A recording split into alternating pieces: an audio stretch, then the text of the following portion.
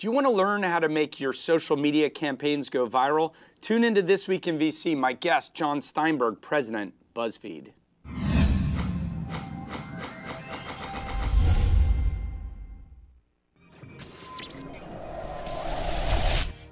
There is no stopping an idea whose time has come.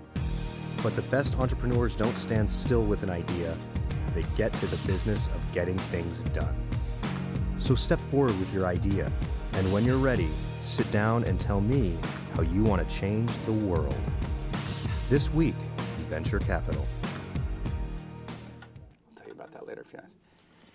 Welcome to This Week in Venture Capital. My guest today is Jon Steinberg, President of BuzzFeed. Welcome. Thank you for having me. A long time of reading your tweets, and now we finally meet face to face. It's great to meet, as they say, IRL, in real life. And, you're on vacation currently. You're in Los Angeles. Joking with Jon here about vacation because you have 2 young kids. I have 2 young kids. And I said to Mark, coming out here, all I have to do is work and do sales calls, and that's like, I get to sleep into 7 a.m., which for me is amazing. Yeah, it is phenomenal. I remember that feeling when the kids are super young and travel, even when you're working your butt off, sometimes it's actually nice. Yeah. My wife agreed that she would trade with me for a few months, then she would do the business travel if I'd stay home with the kids. Yeah, exactly. Let's quickly go through your background. You have quite a storied past. You have worked with some very prominent people. Education-wise, you started at Princeton. Mm-hmm. I noted from your LinkedIn bio, graduated magna cum laude, so I bow down. And you graduated in '99, magna cum laude, Princeton, the world at your feet. You could have become an investment banker, done whatever you wanted, and you chose a different route. Why, and what did you do? Well, what I should have done is I should have gone and worked in hedge funds, but I didn't know that hedge funds existed at the time. Right. Everybody was going and being an investment banker. I had crossed paths with Jerry Spire through an internship that I was lucky to have. Yep. And I had written memos on technology. And I'm sorry to stop you, Jon, but explain, I know Jerry Spire because I worked in the industry, but explain for our viewers. Jerry's an amazing guy and mentor. He's one of the top commercial real estate owners and managers in the United States. Yep. I can't remember the square footage count, but he owns buildings like the Rockefeller Center, the Chrysler Building, properties in Germany and the UK. Some small. Yeah, some little stuff, yeah.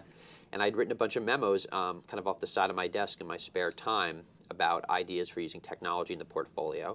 And Jerry, being the kind of guy that he was, somehow got a hold of them. And in an extraordinary offer, he said to me, "Why don't you come here and start a company for me? And on the side of your time, you can sort of get the portfolio wired with broadband and do little projects like putting television screens in the elevators that you see now."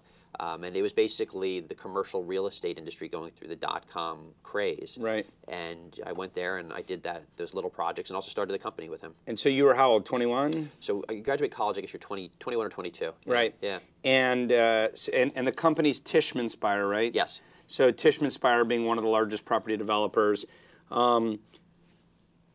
What were you hoping to achieve? Were you hoping to learn the property business? Were you hoping just to work at the feet of a legend? Were you, it was '99, were you thinking, hey, I can create a dot-com amazing story here?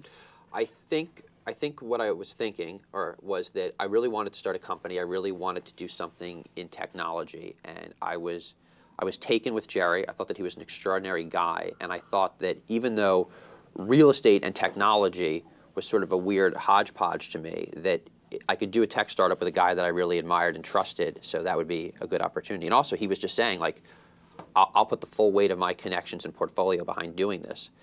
And I'm kind of surprised, actually, how well it worked out, that we actually started a company, that we built the first version of it with Scient, which was a big internet consulting company, that we raised $10 million for it and then raised a follow-on of $5 million for it with greater ease than people now raise $150,000 for seed financing, even in this market, which kind of goes to the whole question of, like, is this market, heated up or not? It doesn't even resemble the market of I guess that would have been of '99, 2000. Right. Although if you read the story about Colors financing, you might think that the pendulum is swinging back again. Yeah, but even when you look at Colors financing, everybody in '99 was raising around. I mean, everybody raised $5 or $10 million off of a business plan. That was like the entry point. Nobody thought of putting less than $5 million into a company. But to be fair, Jon, in '99, because I built my first company in '99, and I often say it took $2.5 million of CapEx just to get going. We had to buy hardware, we had to buy software, we had to buy licenses, we had to have a hosting facility. Yeah. I think the entry point is maybe 10% of that these days, and that's beautiful. That's great. No, I think that's completely right. I can't believe how much it costs to build a website. And I remember dealing with the hardware contracts and buying tens and tens of thousands of dollars of hardware. Each box cost like a fortune back then. I don't even know what was in those things. The company was called iBuilding. That's right, yeah. And what was it that iBuilding was set out to achieve? So first of all, it's amazing I registered that domain name. I remember sitting in front of it, just kind of going through domain names. So that was $9. Yeah. And part of what I did was I looked around the portfolio for kind of where we could start a company. So during the day, I was signing up like the contracts with like on-site access and Eureka broadband. You had to put in the risers. You had to do these deals to get all the broadband. And so I was doing that stuff. And I looked around one day and I was kind of trying to shadow people to figure out where there was opportunities. And I saw this guy go into a ceiling, a maintenance guy, and he came out with a stack of work orders, which was this thick. And work orders are things to like get your air conditioning turned on over time, to get things moved around the office. And tenants would withhold rent bills, like hundreds of thousands of dollars, in some cases millions of dollars of rent, claiming they didn't order what were called sundry services. And I said, oh my God, this should all be electronic. We should have the whole work order management system for the ways that tenants interact with their facilities electronic. So that was basically the idea behind it. And do you think, has anyone to this date that you're aware of really solved that problem? Or there? Yes, and I'm trying to remember the guy's name. I can't remember if it's Resnick or one of the property owners was a guy who had a business that survived the whole downturn and came out. And yes, all of these things are now standard. And I think there's a company out of Southern California called Yardi, which is targeting a lot of property management services. If you guys get a chance, if you could bring up iBuilding.com. I don't think somebody said, what's there now? I was going to say, I think you'd be disappointed to see what they've done with it. If you could buy this back for $9, I think you could do justice for somebody because it's such a great domain name. And yet I look at it and it looks like someone who's not really doing anything. Yeah, and the last time I looked at it was probably a couple of years ago, and that wasn't even there then. So right. Yeah. And so you were there 2 years. Yes. Give us just crystallize 2 or 3 lessons that you learned from there, maybe of things that didn't go well. I love that question, and I think a lot about what I learned from Jerry in those years and how different I am now, 34, so 12 years later. So the lessons I learned are probably the most important things I learned were just mentorship things from him. Yep. And the first one is to not speak or to not react when you don't have the answer. That it's amazing how things can just wait sometimes. So that was a remarkable lesson from him that I learned. And then I think it was a mistake that I made that I also learned a lot from, which was, Jerry had said to me after the bubble burst that I had the opportunity to come work with him, kind of directly under him. And I think that the term he used was like a chief of staff type role. Yeah. Someone kind of like just like someone to hold his bag, basically, and kind of figure out little projects for him. And I was in love with technology, and I said, I don't really, I appreciate the offer, but I don't want to do that. Yep. And I should have done that because when I look back at my career and I look at the things that I've learned, working with kind of, the sort of the great men and women in my career, that it's been invaluable, and I should have done that. So stick with the people, I guess. It's sort of an old VC kind of thing. Yeah. But I mean, that really is, the industry really doesn't matter. I mean, my partner, Jonah, teases me a lot about the fact that, that I don't really care about industries that much. Yeah. I mean, I love product, and I love people, and I love sales, and that's sort of what, what motivates me.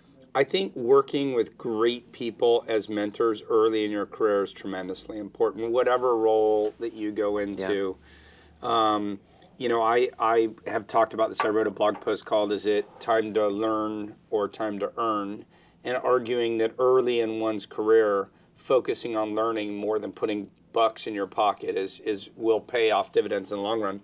And also to your point about listening, one of my favorite quotes is from Stephen Covey, who wrote 7 Habits of Highly Effective People, which is a wonderful book. I know it sounds like a cheesy title. Yeah. Have you read that book? Of course. Yeah. Seek first to understand and then to be understood. And it's really about listening. And often I think you have interest in selling, so you'll realize this is that selling is about asking questions and listening rather than pitching. And you figure out the right way to ask that question, in the beginning of the sales meeting. The thing I always like to say is when I get on a call or I meet people, I say to them, what are you guys focused on now? What are you most interested in me telling you about today? Because I want to make sure that I use your time effectively to answer the questions that you have. Yeah. So we're out here meeting with a lot of studios, and I want to know, do they have a film that they're looking to promote that's a burning platform right now that's not getting the promotion that it needs? Or are they totally rethinking about how they integrate social media into their marketing campaigns? Or are they just obsessed with getting plays on their trailer on YouTube. And Right. knowing where they're coming from, it's a totally different conversation. I only have, 40 minutes with them. I like to always think that people have things coming in that day. This guy had a fight with his wife. This woman is having an issue, toilet training her baby, like that we're going through. Everybody has such a limited amount of cycles in their head when they're meeting with you that you have to kind of really narrow what you talk about. Yeah, and I call it share a mind, focusing on share a mind, and everyone focus on share a wallet, share a mind. Let me ask you this, Jon. In sales, because you now are out talking to these people, you've got your 40 minutes, you're limiting your scope, you're trying to get on their consciousness. How do you follow up afterwards, and how important is the follow-up relative to the initial meeting? So I'm not sure if this is from your post, because I've read a lot of them, and I think there's not enough people that treat sales as an intellectual profession. Yep. It's just like, a lot of people who code don't want to code, they want to be in product. A lot of people who have a business background, want to do biz dev, they don't want to sell. There's coding and sales. That's what there is, right?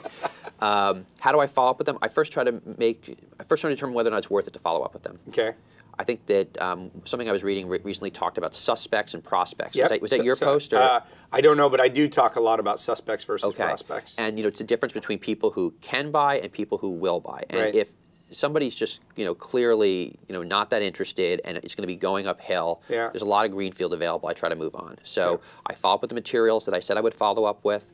I follow up with some kind of action items they may have requested, mocks they wanted to see, questions they had, and then I sort of drop it at that if I think that they're not worth it. Right. Because I don't want to waste their time, and some people have to kind of percolate a little bit. They've got to get where they're going to be. If you have a really big gap between meeting and follow-up, you lose momentum, and I think momentum is an important I always part follow of up within selling. 24 hours. Yeah. There's never any reason not to get people materials or questions they have answered in 24 hours. And the best sales coach I ever had was a guy named Kai Krickel in Germany. He ran a business called TEDx, which I've written about, called The Excuse Department is Closed.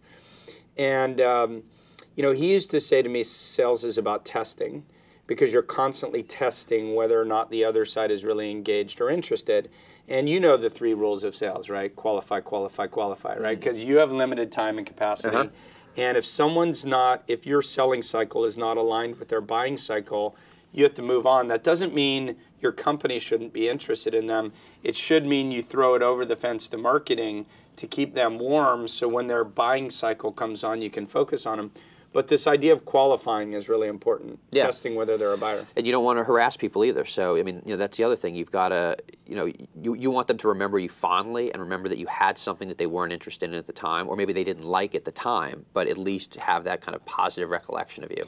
Do you have prepackaged assets that you can sell them, send them afterwards? Do you send them either case studies or a little ROI calculation, or what do you send them? I'm obsessive about my decks. I'm obsessive about continually refining and, I guess what we call in this industry, media kits. So I'm continually tweaking that and trying to make it shorter and have less words in it. Right. And we have an ROI case study that we use, and we send custom mocks, so that if I go to a meeting today, let me try to pick someone I'm not meeting with today. Like if I go to a meeting today for someone who's coming out with a new Spider-Man movie, right? And they're like, we saw that on BuzzFeed you're doing this thing with craft that involves this photobombing thing. We'd love to do that with the new Spider-Man. I will have our creative team put together a mock, assuming that they're qualified, and I think that it's worth my team putting time into that. So it'll be the standard deck, the ROI one-sheeter, and maybe a few pieces of custom work. So personalizing it to them really makes a difference. Yeah, because people need to see what it could be. Just telling somebody, I remember the second apartment we moved into growing up, my dad loved real estate, and it was kind of like a hobby of his. He moved out of podiatry into real estate. Okay. And we went to this apartment that was pretty high up on Central Park West, and it was horribly maintained. It looked like Grey Gardens, right? And my mom was like, we can't live here, this place is terrible. And my dad said, we're going to get a huge discount on this and just imagine what it could be. Now, he can do that. I couldn't do that. My mother couldn't do that. Most people can't do that. So you need to literally show them. Right. So, again, something we sound very aligned, something I'm very passionate about is visualization. I think that most people process information through visual stimulus. So to the extent, because people send you these big, long Word documents. It's why I tell people, like as a VC, don't bother sending it to me. Like I can't process that. But you send me something visual, you put it in context, you help my brain process it. It helps with the acceptance process. And I think that, back to the point you were making about the long document, and this Yeah. is why I think it's so important to learn, writing skills and focus on, how to structure, a three-part argument. I have a wonderful woman who works for us who puts together these amazing executive summaries for all the campaigns that we run. And she sent me a version of it, and it was nearly perfect. And I said, oh, we should put this one item about the click-through rate being 1.8%. We should put that in the executive summary. Right. She said, oh, well, that's on page 12. Yeah. And I said, nobody in life makes it to page 12. Exactly. No one has ever made it to page, no business person has ever made it to page 12. That should be the quote of the day. Yeah. Nobody in life ever made it to page 12. Right. It's so true. I have a little VC secret for people because nobody makes it to page 12, is I always tell people, people always have this concept of, if I'm talking to 5 or 6 VCs, and I kind of want them to know I'm talking to people so they know it's competitive, but I don't want to say I'm talking to 5 or 6 VCs, how do I do it? And sometimes you'll get a deck as a VC, and it'll have some other VC on the title, like Benchmark Capital, and they send it to me. And I'm like, dude, that's a little too... contrived. But on page 12, you can put Benchmark Capital, da-da-da-da. And the truth is, even though, like in a PowerPoint deck, even though we don't process it all, somebody within our firm will notice page 12, Benchmark Capital. Another thing, it's a subtle way of signaling. One blog post I'm thinking about doing, and I'm not sure the right number count on it, is that a deck shouldn't be longer than, maybe it shouldn't be longer than 15 pages, which I know is too long, and it shouldn't have, no deck should have more than 150 words in it. No single page. No deck. No deck, okay. So, that basically gives you 10 words per page. And I really think that when you send materials over, the materials are to get somebody interested. Right. And you don't want to have them inundated or glazed over. So that's why I think less is really more in putting something like that together. And structure matters. Yeah. Exec summary always matters. Tell me up front what the answer is. Then you can give me the 10 pages. And this is true of print, of PowerPoint or Word. Tell me up front the answer. Give me a short overview. And you always can do an appendix. So if you feel like you need to back up some of the facts or give lots of details, you can always just chuck it in an appendix. And then what is it? Tell them what you're going to tell them. Tell them, and then tell them what you told them. I did debate in high school. And we had this thing called signposting, which is where you need to tell people where you are in the argument, which is, and now I'm giving you the evidence to support my claim that our click-through rates are seven times higher. Yeah. And remember, I told you that our click-through rates are 7 times higher. You need to keep repeating. I'm certain you must be somehow a cousin of mine or something like this. I call it the map. Yeah. You need to give someone a map to then process information. So you need to tell them, look, we're going to go on a journey. And here's the map of the journey we're going to go on. And we're going from California to New York. Let's start. We're in California. And then I give you the overview. Okay, now we're somewhere over St. Louis, right? Yep. And we're heading into New York. And in order for people to process 10 or 15 pages, giving them the map up front, I think matters a lot. We said we were going to save this for the end, but I think we're on this theme. So if you don't mind, I'm going to get to it. You had mentioned that you thought we were returning to a culture of writing before we got together on film, on camera. What did you mean by that? So first of all, I'm so enjoying this interview, but I'm concerned that nobody's going to like it except for me and you. No, trust me. Okay, because these are like my favorite topics because this is really what I spend my time thinking about. The culture of blogging and the culture of email communication and the kind of follow-up that we're talking about with materials, it's a world to me that more resembles the Revolutionary era than resembles, the Don Draper 1950s era when everybody was on phones. It took large amounts of time to produce documents, so people produced fewer documents. Right. In my father's generation, everything was done on kind of carbon paper, so it was harder to produce. People did fewer papers. Right. Now, writing is more important than ever, and it's the way that we exchange ideas, and it's the way that we clarify our thinking. So I think that we are back to a culture of writings, and I think that especially in our industry with people like you and Chris Dixon and Fred Wilson, that kind of the role modeling for how to clarify your thinking is to be public with your ideas. So that makes it even more of a kind of open culture of letters. So I tell people you need to write more, not less. Yep. I don't mean longer, but you need to write more. I had a double major, economics, political science. Political science proved to be more valuable to me because it taught critical thinking. And I had to write. I had to write 3 or 4 papers a week, so I was constantly writing. And you had to have this kind of map because the almost like your debate team, the map for my writing, my professors would tell me you really need the critical argument up front, and then you need supporting evidence for critical argument. And that's how I write today. I'm like, okay, what is my argument? What are my key points? And I usually do an outline before I write. I write, what is my argument? What are my critical points? And then I just fill in the text, right? And it becomes much easier to do. Forcing yourself to write more is important, and I think it's a great differentiator in business. Yeah, and I also think that, the things that our education system, I just watched Waiting for Superman. One of the places where I think we really are falling down is the kind of argument structuring that we talked about a couple minutes ago, and putting that kind of focus on writing in addition to putting it onto math, because that's how, I can't believe how many people, when I tell them, oh, I wrote a thesis, everyone at Princeton writes 150 page thesis, are like shocked by that. They say that I can never do that. And everybody does it. And I think that you shouldn't be able to get a college degree in this country without writing, a long document, a long paper. It is the simple things in business that people overlook that make a difference. For example, and again, speaking to Fred Wilson, I've seen him write about this. I've written about it too, which is well-crafted emails. Yeah. What are the things that matter in emails? Your subject line matters. If you write intro, you know how many emails I get that say intro? I read that blog post. Was that Fred's blog post? Fred wrote about that. You know what my standard email subject is? First of all my emails are customized. I do have stock text that I use, but I put in the subject, BuzzFeed, viral marketing platform, 11 million uniques, HuffPost co-founder. Right.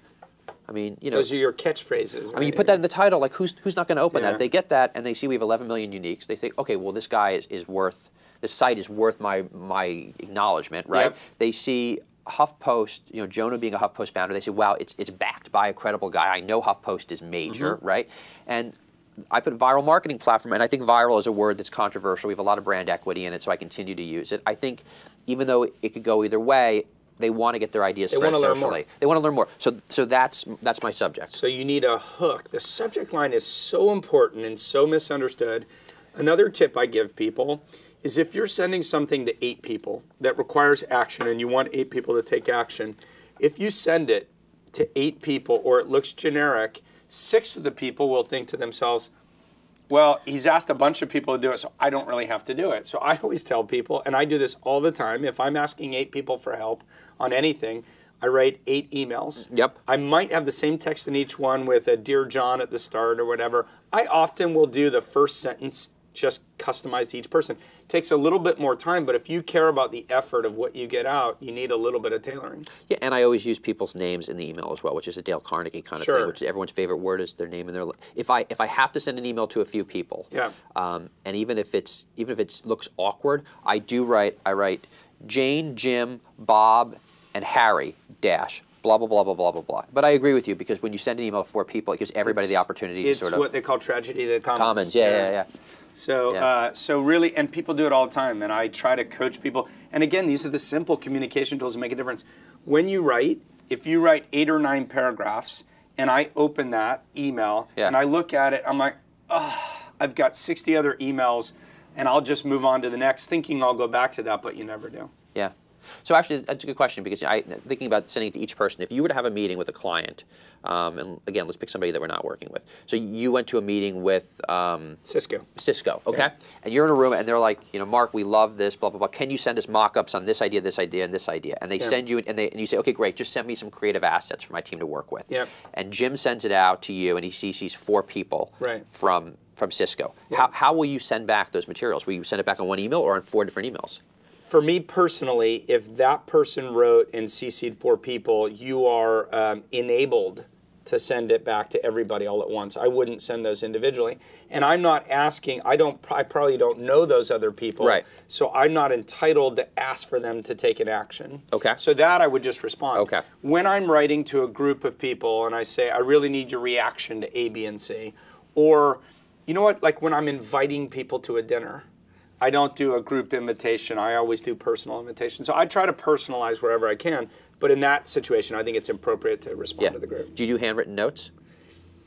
I love the idea of handwritten notes. I don't. Yeah. I would love to do them. I would love to do them too. Yeah. And I have the box of stationery. Like I did it because I actually think it's amazing, and I think that when you get that handwritten note, and it's usually, older men and women in the industry, of course, and you get one of those, it like blows your mind. I love handwritten. I love the concept of it. What it would take, though, is for me to have enough discipline time sitting at my desk, writing them.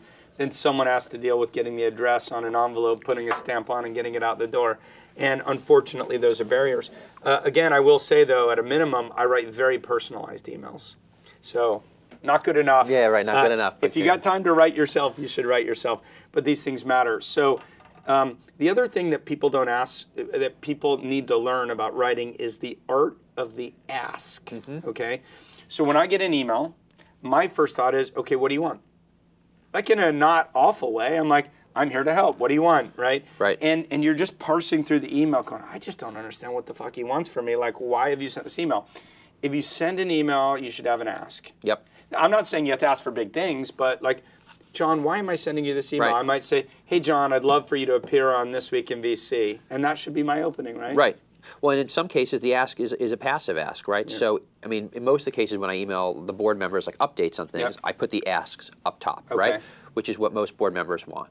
But in some cases, let's say, you know, there isn't an ask. I say, I'm sending this email.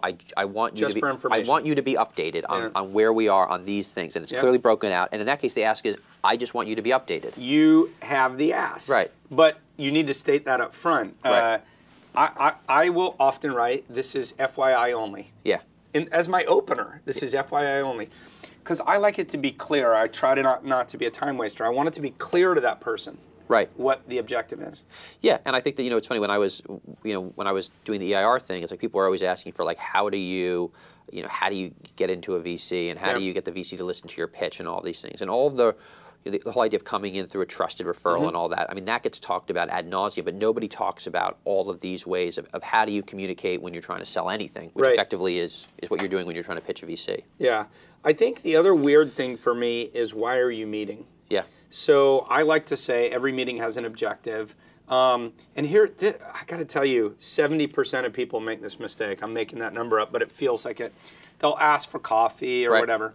And I don't like to do generic coffees. Kind of Ben Horowitz has talked about this as well. I don't mind doing helpful coffees. I don't like to do generic coffees. So I'll get introduced to someone, hey, such and such would like to meet you for coffee. And if it's from a trusted referral, I'll often take it, right? So I'm sitting there across from the person, and I'm wondering, is this just a general catch-up because they want to establish a relationship? Are they seeking financing? Would they like coaching on some sort of topic? Is there something else at play? Do they want to get access to a company? Like, that's what's going through my head. You know, for the first 20 minutes, I'm like, okay, why are we meeting? Why are we meeting? Why are we meeting? If they simply said up front, I'm not fundraising, I don't have anything in particular, I just wanted to have a 30-minute coffee so we'd establish rapport. So one day if we have any reason to meet, and then I know, and then I'm like relaxed. Right. So like if I have a 45-minute coffee, and if we're 35 minutes into it and I don't know why we're meeting, I'm really agitated. And I often will say something like, my tagline for I don't know why the fuck we're meeting is, okay, I have about 10 minutes left in the meeting. I just want you to pace yourself if there's anything you want to cover. And I just smile. That means, why the fuck are we meeting? But not in a horrible way, John. No. I mean, look, life is about... It's trying to be helpful. Yeah, no, life is about, like, saying the hard things ways that are polite, you know? Yeah. I'll give you another kind of unrelated chestnut on this stuff. Is like, my dad says you always want to be the one to end a conversation, not to be though, because most people want to end a conversation in most cases. So he says you got to do the cut and run. And a lot of people think it's rude when you're kind of at like a cocktail party and you're the one to end the conversation. Now, if you end it like abruptly or whatever, but most people don't want to talk to one person at a cocktail party for 25 minutes, you know? So you're doing people, I think, a courtesy. It's the art of the polite way to say, let's move on, right? Right, Yeah, I think there's truth to that. So I want to get to BuzzFeed, and we've skipped a few things we were going to talk about, but I want to get to BuzzFeed. You didn't found BuzzFeed. It was founded by Jonah Peretti. That's right. Jonah was also co-founder of Huffington Post. What was the original idea for BuzzFeed? How did it get started? So Jonah did BuzzFeed as a side project. There was lots of different ideas about how to make content more social and how to optimize to the pieces of content that had the best chance of going viral or get wildly shared. So he started BuzzFeed in a small office in Chinatown as kind of an R&D lab. He hired a couple people, he hired one editor, and it was sort of a testing ground. I mean, real kind of basic research R&D type stuff. And over time, he scaled back his duties with Huffington Post and put more and more time into BuzzFeed until about, I'd say, 18 months ago, where But he wasn't one of 20 founders of Huffington Post, right? One of 3. Yeah. Ken, Ariana, and Jonah. Yeah. Right. And what was his role in that? I don't know what his title was, but he was basically the lead technical architect, the lead product person. He brought in Paul Barry, who's an extraordinary guy, who's the CTO, and a lot of the techniques that make the Huffington Post such a juggernaut in terms of traffic and headline optimization. And, Jonah actually gave an overview of this at the New York Tech Meetup a couple of years ago, which was actually the first time I'd ever kind of met him or saw him. Where he showed the kind of graphic overlay on the Huff Post, where you can see in real time which headlines are working. So he's the guy behind all that stuff. And I once heard him described as, I think it was something like the most viral man on the internet. Yeah. There's this quote, and it's like a viral media hot dog or something like that. Was like what the New York Times called him or something like that. Viral media hot dog. Yeah. I'm sure he loves that. Yeah, I don't know. There's worse things to be called, right? So I'm going to talk in a moment how you met him, because you met him when you were in EIR, but I want to take this moment to thank a sponsor. Oh, absolutely. Something that you would appreciate. Yeah, exactly. And we're going to integrate it into content. It's a native. Here. Yeah. Yes. So our sponsor right here, Fenwick & West, it's a law firm. Fenwick & West represents a lot of the biggest companies in the Silicon Valley, but they also have a practice that's dedicated purely to startups. They work with some of the hottest startups. One of the things that I like about Fenwick & West, in addition to some of the other firms that really understand how startups work, is they've created a set of seed documents that allow you to get funding done at the earliest stages of your business without having to spend a lot of money.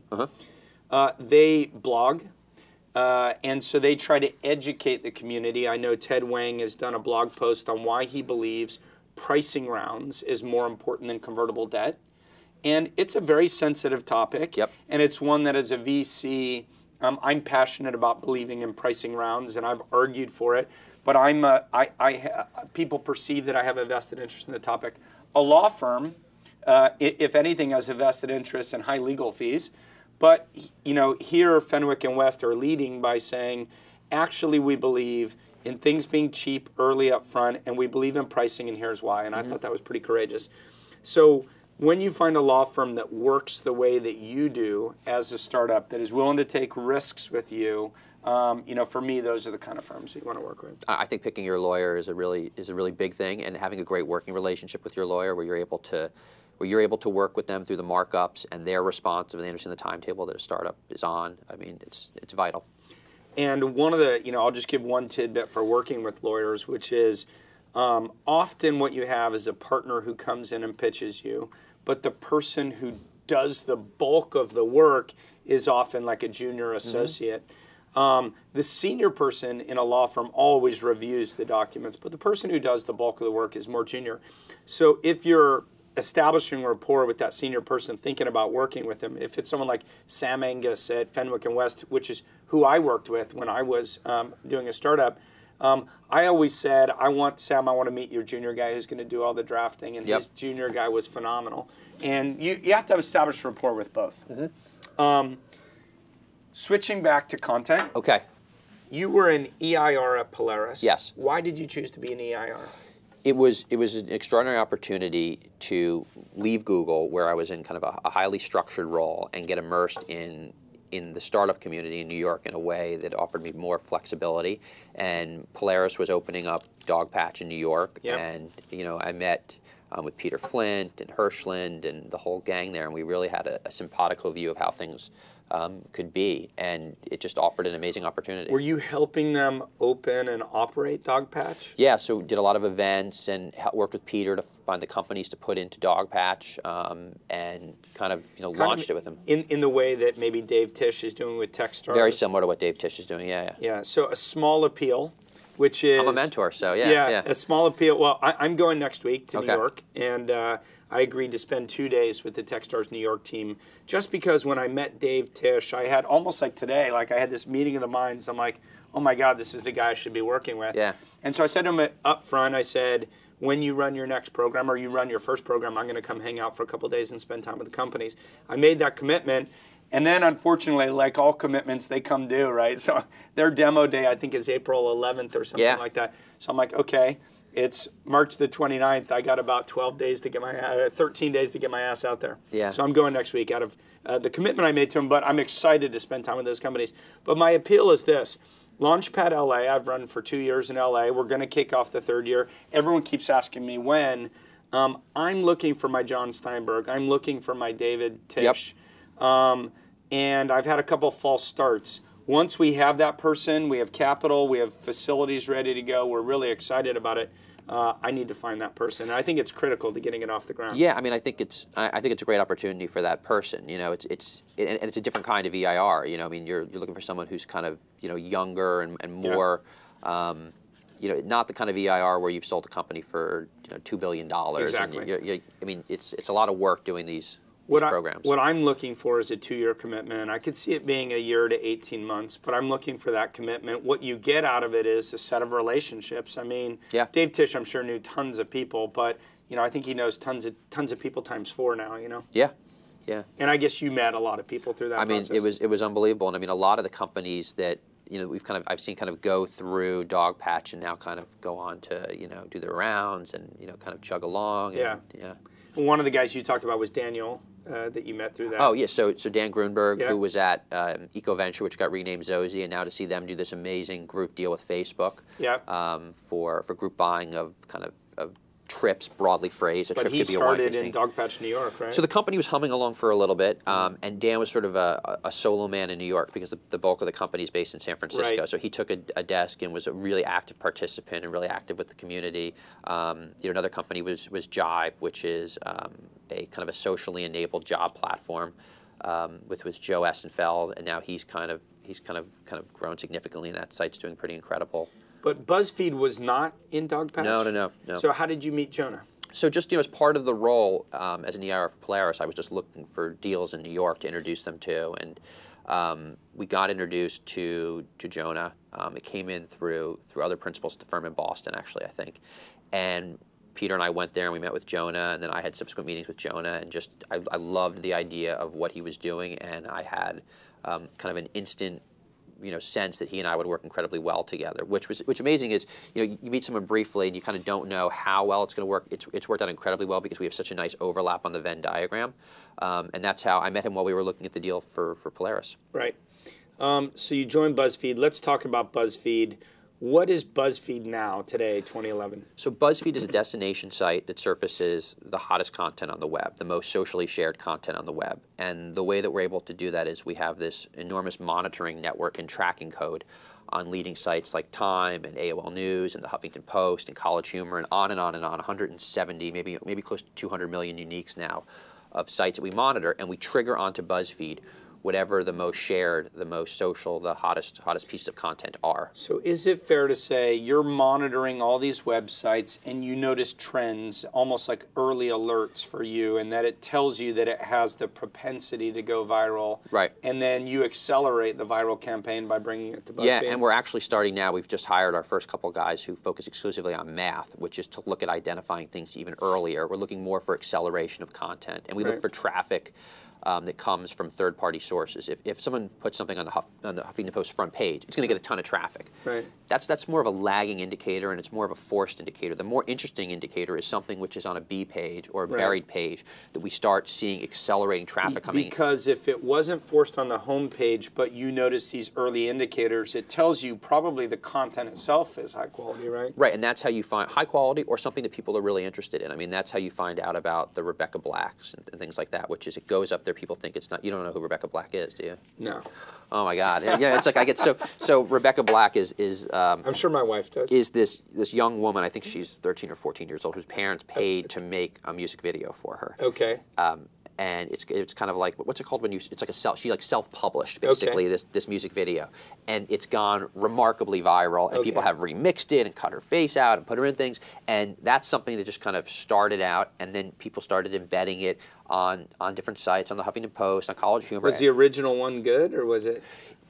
It's not good. I mean, that's why you need like auto-tune. She's totally auto-tuned. It's like the Bed Intruder song or something. Yeah, like that. And things like that are really in the public consciousness that everybody's talking about, that will be on the Today Show.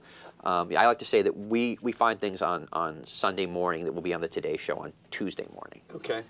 Do you think any media outlets are now using you that way as like a discovery? I know they are. I know they are. Yeah. I mean, are there public ones you can talk about, or? Well, so all of the sites that use our tracking code have a dashboard that we provide to them and an alert system that we send to them when their individual content starts to get large amounts of social traffic. I'm sorry to cut you off. So basically, and I hadn't understood this, one of the value propositions of BuzzFeed for a media company, let's say, is using our algorithms and seeing our dashboard, you can actually identify what's creeping up in the way somehow, and maybe it's not a leading indicator, Chartbeat is. Like, I've seen a lot of websites will put Chartbeat up, and you see which of your stories are skewing up, and then suddenly you might give it a little more wood. Yeah, so I mean, we'll send out alerts, we'll send out indicators when things start to spike on different social networks. And for a publisher, it tells them this is something they may want to cover more, this is something they may want to move to the front page.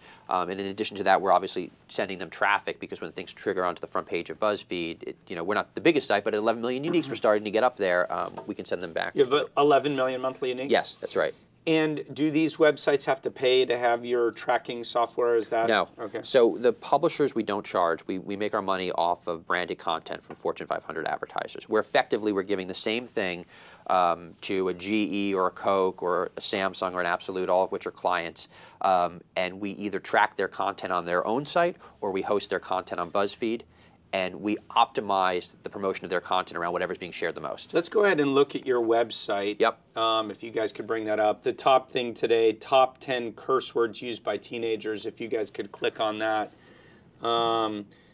So this story, are you able to see which journal it came from? If you scroll down. Foxnews.com. So this is actually, so if you go to the front page of BuzzFeed, we show in the flow a mix of things that our editors curate, as well as things which are automatically triggering. So this main flow here is editorially driven. This unit right here is an advertiser unit. So MySpace the unit that he's pointing to is Quagmire's Inferno, which it's kind of in yellow, so it kind of indicates that it's an ad. And it says partner.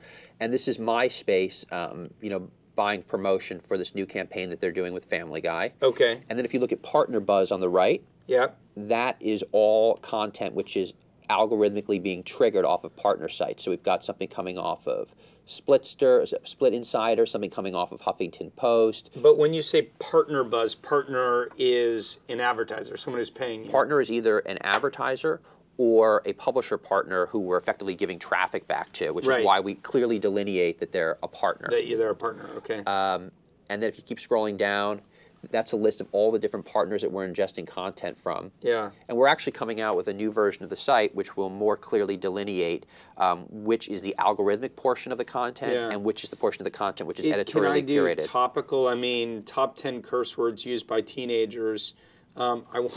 It almost looks like a George Carlin. Do you remember the George Carlin? Seven deadly words. Seven words you can't say on TV. Yeah. I would say it, but I don't know if I'm allowed to. So. And actually, if you go to BuzzFeed.com /hot, we haven't pushed this out yet. Okay. BuzzFeed.com /hot, right? Yeah. Okay. And this will be integrated into the new homepage. So this is algorithmic. This is all algorithmically driven. So what we're doing is we're looking across our whole monitoring network. Yeah. We're using text analysis to see where common stories or common topics are triggering across multiple publishers. Yeah. And we're aggregating them into a top list of the most viral content across our monitoring network. There is some analogy here of tech meme, isn't there? I think the analogy that's more apt is Dig, right? In that what we're doing, but we're not reliant on a click, we're not reliant on votes. Dig is user rated, right? And you're algorithmically determining that. But it's still a list, which is, so that's exactly the difference between us and Dig. Tech meme, I never really understand with tech meme how exactly their monitoring works or how much of it is editorially curated. Right. But yes, tech meme, Dig, at least in intent, if not in style or method. What tech meme does for tech industry news, I access tech meme, 5-10 times a day. It's an icon on my iPhone. I'm obsessed with it. We're trying to do for everything that's hot across the web. And I think that it bodes well for you because I think about my own user behavior. I care about tech industry news, and my first place I go to is tech meme. Yeah. So if I take different verticals, and like you, I look at it 10 times a day, right? Like, I look at tech meme, I think, to figure out what's going on in some ways as much as I look at Twitter. Right. Like Twitter is almost like curated news for me. Yeah. And tech meme is a different type of curation. But if that user behavior translates into multiple industries, then you're going to produce that. Right, and we've been talking to more publishing industries. I mean, like we could do a BuzzFeed that was exclusively focused on business financial content. We could do a BuzzFeed that was exclusively focused. Well, that's what I want to figure out. As a consumer, if I want to consume BuzzFeed, can I go in, because I don't really care the swear words of teenagers, can I choose topical stuff, or in the future will I be able to choose topical stuff? So you will be able to, but in some ways personalization, and in some ways what you're asking for is a false grail, right? The reason why the site is growing so rapidly and we're getting so much, we're growing so rapidly is because it's the broadest content that interests the most people. Right. This is, I mean, this is what most people want to see. We're basically creating, network television as opposed to a cable channel focused on speed for fast cars. I would argue that both models can work. Yes. Right? Like, if you produce mass content, you end up with McDonald's, Yep. right? Which is fine, like McDonald's. I'd be happy to, or Starbucks. I'd be happy to be either McDonald's of those. or Starbucks. Right. Or People Magazine. Yep. Right? And yet, if you produce similar stuff for multiple verticals, you can still produce economically beneficial things to you and to publishers. Let's take The Economist, Yep. right? The Economist is not going to be read by everybody. It's highbrow, harder to read, whereas Newsweek or Time might have, or Business Week might appeal to a broader audience. And also the spending of those audiences might vary depending on, even if they're small. So an example Which is what I was alluding to. Yeah, so, you end up with influencers. So GE is a great client of ours, and I was talking to one of their people from aviation, from jet engines, right, from that department. And he was like, could you do a BuzzFeed? If I gave you 10 sites that were focused on jet engines, could you do a BuzzFeed for those? And obviously it would be very small traffic. These blogs get very small traffic. The BuzzFeed for jet engine industry people would get very little traffic. You'd put it on your iPhone, admit it. But every person, what does a jet engine cost? $12 million? I mean, it's like, so like if for that audience, each buyer of a jet engine is like, major. Let's talk about what drives viral adoption. Okay. You guys, you and Jonah have learned quite a bit about what drives viral adoption. And I think that's one of the things we can offer our viewers is some lessons that they could learn. So all this is I get from Jonah. So he's mentored me on this stuff. Okay. So I'm totally taking his ideas. The hot dog of viral The hot dog. So this is all stuff I learned Yeah. from Jonah, and also actually working with a lot of branded campaigns now. I kind of see what works. Okay. It's got to be short. 30 seconds is good. 60 seconds is worse. 90 seconds is worse. It just people do not want to watch long stuff. Okay, but let's be clear. You're talking specifically about viral videos. Yeah, not even just viral videos. I'm just talking in general. If you want something to get shared a lot on the web, it has to be short. Right. Because I mean that's the task that's the task you've given me is to get something shared a lot, right? Okay. You didn't say to like as fully educate as possible. Right. It needs to be short. It needs to have an interpersonal human angle to it. So if it has something about mothers or daughters, or traits in your boss that you don't like, or the perfect drink to serve on your anniversary, everybody in that situation is going to send that to somebody to say, isn't this like our relationship, or how not relevant is this to how different are we from this? And one thing Jonah always points out too is if you go to look at the top stories on the New York Times, it's often not the issues going on, in international war. It's typically like something about moms and daughters. Right. Okay, so that's one of the other tricks. And then I'm a big believer, and this is something I've been blogging on, and I need to blog more on this, is people want rough content that feels genuine to them. That means that all the money that brands are spending producing perfect commercials and rich flash sites that have layers and layers, people don't want that. People want rough YouTube videos that are kind of behind the scenes or are, demonstrate how to just kind of use a product because it's more genuine and it resonates. So I wrote down the word authenticity. Yeah. It's something I talk about often. In the era of openness on the web, I think authenticity wins. I mean, that's the people I like the best in life too, right? Like you go out for dinner with someone and someone's totally on guard and they don't talk candidly about anything, right? It's like, I'm having dinner with like a brochure, like so I think that's how people feel about products. It's interesting you say about the video length because some of the most viral videos that I know of end up being in the kind of 90 seconds to 3-minute range, but you're saying 30 seconds you think resonates more. I think that these are all average type things, and when you look at like you know, so like take Charlie Bit My Finger, right, which is Okay. probably like the most viral thing I had ever. to tell you that probably is my all-time favorite. That and the Bed Intruder song are my two favorite Right. things. I'm not sure how long Charlie Bit My Finger is, but I would gander to bet that a lot of people don't watch all of Charlie Bit My Finger. Right. Maybe they watch Charlie Bite the Finger the first or second time, right? Yeah. I probably watched it 15 or 20 times. And if you haven't watched Charlie Bit My Finger, go to YouTube and watch Yeah. it now. And watch the original version and then watch the remixed version, the Yeah. one with the most hits. Because the remixed version, once you've seen the original, is even funnier. Yeah. I mean, and that's kind of the next point, too, which is you want to make something that people can riff on and engage with. Yeah. And that's why we offer tools on the site that we do with a lot of advertisers. Like we've done this with Athenos, with Hummus for Craft. We've done this for Living Social, where we allow people to quickly grab images, or we provide a cutout of the image that people can kind of drop in and remix with their own photos. I mean, we discovered that really almost accidentally in the world of Elf Yourself. Do you remember Yeah, Elf of course, Yourself? of course. And it had tens of millions of people, and it was created by, was it Circuit City or someone like that? Yeah. But it was the idea of they created these dancing elves that you could send out a holiday card and put your images, and it went viral. And I think that's driven a lot of the lessons of Jib Jab itself, which I was going to creates say, viral videos. yeah, I was going to say, you know, we were talking about Polaris and Jib Jab being a great Polaris company, and the Spiridellis, I hope I'm pronouncing their last name. It is, yes. I mean, you know, The Spiridelli. yeah, I mean, I think that talk about, I mean, I don't think you'd quite call it a pivot, but you'd call it a focus. I mean, they realize that people really want to be in these videos, Yeah. and that's, you know, the focus of the business now. I So think. keep it short, interpersonal human angles, focus on authenticity rather than overproducing things, and making something that people can engage with. And I think that last one is particular, I'm guessing, to like brands. Like if you want to create something that has your message in and then people are going to share it a lot, you make something that people... Right, or even if it's something that they can react to or comment on. And I mean, I just finished reading Gary Vee's new book, which I thought was good.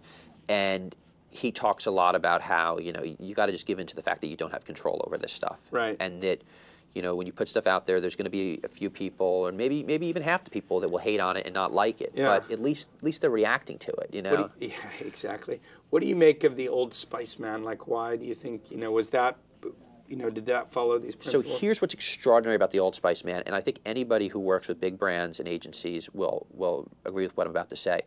What's extraordinary about this is that they could get all that content approved as quickly as they could get it approved through the agency, which was, I think, Wyden and Kennedy. And, God, I can't believe I'm forgetting who owns Old Spice, maybe Procter & Gamble, I think. But when we work with brands and agencies, there's a tremendous approval process. Everything needs to be vetted, everything, you know, and the fact that they could see a tweet from Kevin Rose and the Old Spice man could respond to that tweet and it was live and it was in real time. I mean, this is another thing that Jonah and I are constantly saying is we have to vary creative. We have to try lots of things. The cost is so low. Why would we put up one piece of branded content? It's almost the MVP of advertising, isn't it? It's, you know, MVP. Yes, minimal viable product. right? Yes, Yeah. absolutely. Let's create rough stuff. Let's put it out there. Let's test it. Let's see what works. Yeah. And if people respond to it, we'll produce more of it. Right. So like we always say to them is, you know, can we do 10 variants? Can we take this video that you've given us and put it in 10 different contests? One in a list, one with a quiz attached to it, one with a cutout tool. See what takes off. You know, Right. there's no cost. So that's what's extraordinary about the Old Spice man. And you also said, when you were talking about Gary Vee, create something that people can react to or comment on. And this is something I talk about in the world of blogging, Yeah. which is you have to have commenting tools, which is why I'm such a big fan of Discuss, Yes. QUS, because it creates an environment where people can comment. And I also believe, and this may be different when you're dealing with a brand like Old Spice, but if you're trying to build an audience that's authentic with your community, Yeah. engaging in the comments of a blog can be as important as writing the blog post in the first place. I completely agree with that, and it's actually been disappointing to me. I actually think that my blog posts have gotten better over the past. I mean, I guess I've been doing about 2 years now. Yep. Since I left the EIR role, Yeah. I get many less comments. My traffic is the same. I get many less comments on my blog posts, and I don't. I guess it's because like people don't think that there's any way I can like, you know, potentially introduce them to money or something like that. Right. But I get many fewer comments, and it's totally disappointing. Do you ever, like sometimes I've noticed in blog posts, I will say something like, I'd love to hear what you think about it. Yeah. And that's how I'll end my blog post. And when I do that, the comments go up dramatically. And I don't do it all that often, but when I do it, the comments go up dramatically. Yeah. The other thing I say to people, just a lesson learned for people if they're keeping a blog on comments, which is respond to as many people as you can. You don't have to respond to everyone, but as many as you Yep. can. Especially respond to the first 4 or 5 people who comment. Reason is if people feel like, first of all, being high on your comment list means that they're going to get read by other people. They Yep. want to respond, so you encourage people to comment. Number 2, if they know that you always respond to the first 4 or 5 people, they know they're going to engage with you. So your most loyal readers then, in a way, sort of compete to make sure they know when your post goes up. They make sure they're commenting. They know they get feedback from you. And I think that's important. Yeah, see, this is exactly the kind of stuff that we advise brands on, and like that's a great. I mean, that's like a viral tip right there. It's like how to make sure you get traffic is like that little, that little thing. The interesting thing is the people who leave a comment on your post, not only have they read your post, they've been moved by it either positively or negatively, right? Enough to take the time to write something, which is a high bar, right? Yeah, I also think that look, even as an individual blogger or as a brand, you have to have a thick skin and you have to be able to deal with it, right? Yeah. The biggest blog post I ever did was this one, 10% unemployment, and yet it's really hard to hire people in New York. It's so hard to hire developers. And there was like some people on Hacker News who like completely misinterpreted. Someone said that because I was talking about how I didn't think college oriented people the right way, and somebody took that to mean that we only wanted to hire young people, which is completely the opposite. BuzzFeed, we are so over-indexed on we're all in our late. We all have kids. We're all old. I mean, it's like so that's like not even true, right? Old is relative. Old is relative, but I'm saying if you look at anyway. But I mean, look, it's a bummer when somebody misinterprets you, but you got to deal. The one place where if I ever get slated somewhere and just ripped to pieces, it's on Hacker News. I know. I mean, I love Hacker News, and it drives a lot of traffic, but people are tough on Hacker News. Yeah. It's real. I think everybody feels that way. I ended up writing a whole post about Hacker News in general and arguing for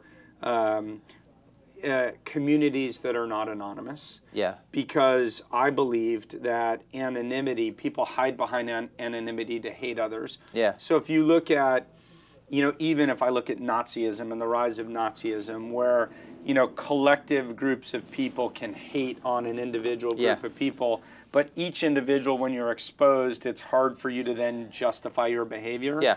So I think people hide behind anonymity. They hide behind mobs and groups and whatever. So I had made this argument. Now, I will tell you, someone was able to persuade me that there's a balancing act between anonymity on one side and completely exposing who you are on the other side. It's a company called honestly.com. Yep. I can't remember what they were called before. I remember what they were called. Yeah. I remember the site. It's where people anonymously rate people. And, yes. The idea is this: is that I might anonymously be able to post places, but you'll know something about who I am. So I have a certain authority associated with me. Because enough people have rated me privately so that when I use this kind of persona, even though it's anonymous, I've got ratings. Yep. The important thing there is there are times where you might like to comment, but you work in a company where it wouldn't be encouraged or you would be ostracized. If you think about people like whistleblowers and the importance of transparency and knowing that there's no retribution against you. And they honestly definitely won me over with some of those arguments if you could have authority associated with your anonymity. So here's the example is you could potentially in the future have a blog post that says I'll take comments from anyone with an authority score above X. Yep. Right? So if you're on Hacker News all the time and a lot of people value your contribution on Hacker News, we know you're not just a hater. Yeah. And you want to say something negative, so be it. Yeah. Although Hacker News is not anonymous, though. You can go in and see. Do you not need to put in your name? Like mine just says my name on Hacker News. No, you can choose anonymous names. And the most interesting person working on this really is Chris Poole from 4chan. And Chris, works out of our offices. Okay. And he started his new thing, Canvas. Okay. And the way, he didn't want it to be the way 4chan was in his new company because it's just so, free, right? So what he's done here is he makes you use Facebook Connect.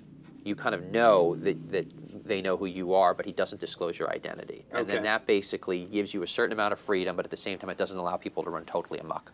I hate the idea of Facebook Connect. Really? Yeah. Can I tell you why? I'd love to hear why. When you go to Facebook Connect, when I'm asked to connect with Facebook Connect, what I'm doing is I'm allowing an application to get access to my social graph and information about my social graph. I would like I would be okay if Facebook was just authenticating me in the way that Twitter does, like with OAuth. But when I connect on Facebook Connect, I'm not given the option to say, I just want authentication, because I connect and suddenly I have access to everything. And what people don't understand, if I connect to Facebook Connect, I give you access to my graph. I give you access often, usually I would say, to second order information, birth dates of the people I'm connected to, religious affiliation of the people I'm connected to, images of the people I'm connected to. Now you can turn those settings off, but most people don't.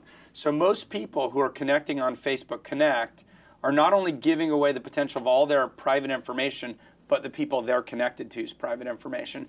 Now, most websites, most businesses, most people are benign, but there's a lot of information they're not supposed to store that they get access to, and many people store it, and not everybody's benign. And I hate this idea that Facebook is leaking all this information. You know, I think the biggest issue is the information that people themselves are leaking, right? So that now Facebook is the #1 source in divorce cases. The #1 source of information that people use in divorce proceedings. Right. You know, the IRS looks at Facebook. I mean, it's really... But there's a difference. No, I understand the John, difference. which is if I'm secretly having a rendezvous with a woman on Facebook, I'm engaging in that behavior. Right. And I'm explicitly putting information out there versus I've got information maybe again, it's not me, maybe someone I'm connected to has sexual orientation on Facebook and they keep it private amongst the 100 people they're connected to, but I'm suddenly enabling a third party to get access to that, and I think that's wrong. No, and I understand that one is kind of like the poor choices that you're making yourself to put some stuff online. The other is kind of we're what's diverting. coming in. All right, Back to viral campaigns. Okay. We've got short, interpersonal human angle, rough content that feels genuine or authenticity, making something that people can engage with, particularly if you're a brand, the ability for other people to riff on what you've created, the ability to react or comment on. Any other things you've learned about how campaigns go viral?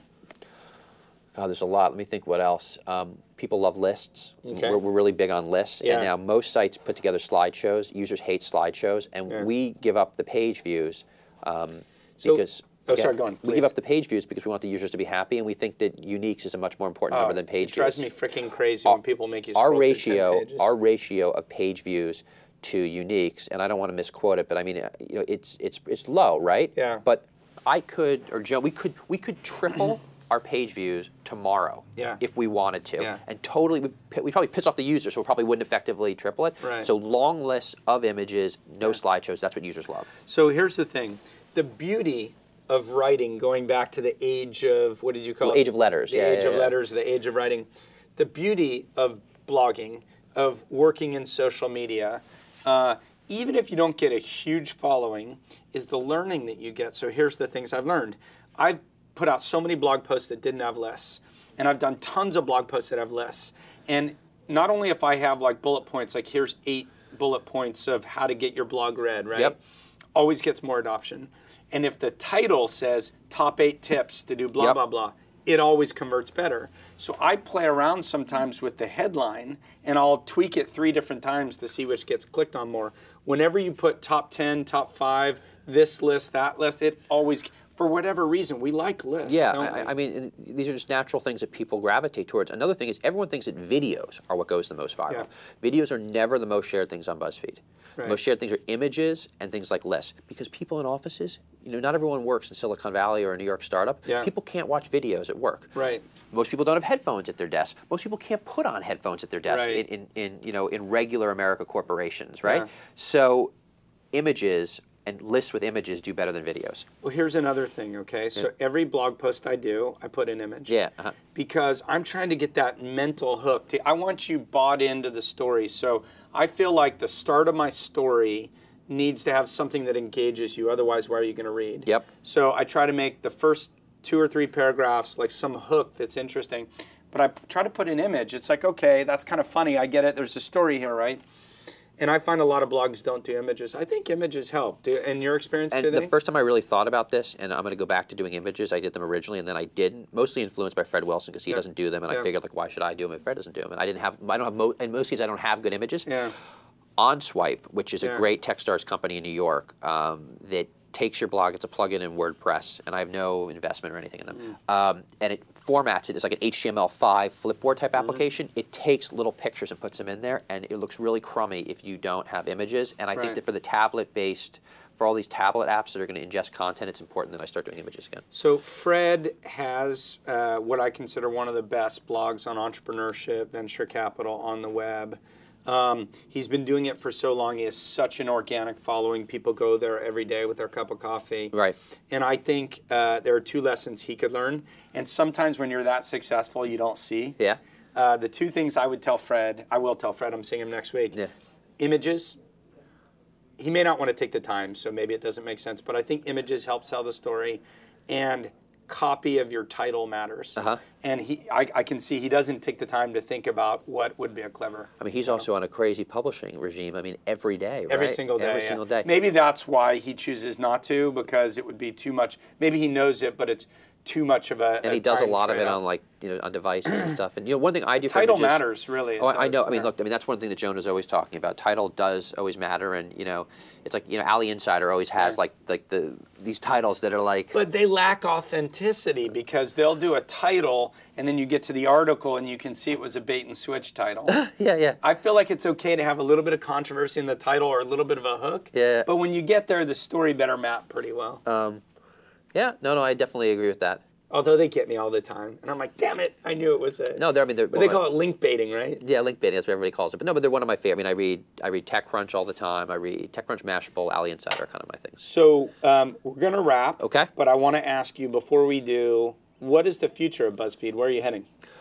The future of BuzzFeed is we're gonna keep growing the site like crazy. We're gonna keep working with more brands, and we're going to do even more network extension, where we've started to push content from our partners, both our advertisers and publisher partners, into IAB inventory that we have on partner sites, and through the Facebook Ads API, and through Twitter ads, and through StumbleUpon. And we're going to continue to do, we're going to kind of double down on that investment over the next year. Awesome. Well, it's been great having you Great on the having show, you too, yeah. Jon, and hopefully we'll see you Absolutely. more in New York. Good to be in LA. Thanks. There is no stopping an idea whose time has come. But the best entrepreneurs don't stand still with an idea. They get to the business of getting things done. So step forward with your idea, and when you're ready, sit down and tell me how you want to change the world. This week in Venture Capital.